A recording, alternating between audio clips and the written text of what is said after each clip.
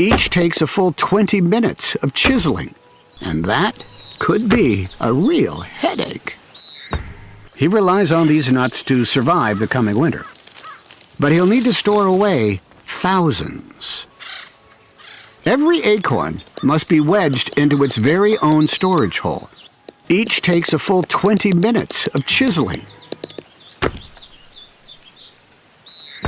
Fortunately, their brains can tolerate forces thousands of times greater than ours can.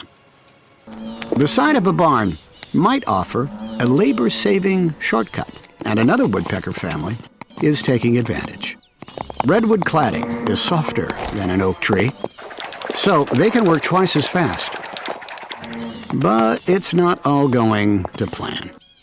The cladding may be soft, but it's also thin. Not so clever now, huh?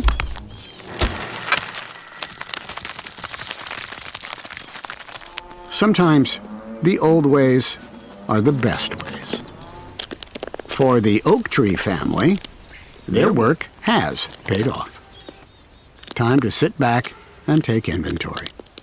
They've safely stored more than 4,000 acorns. And since they prefer dead branches, the trees are unharmed.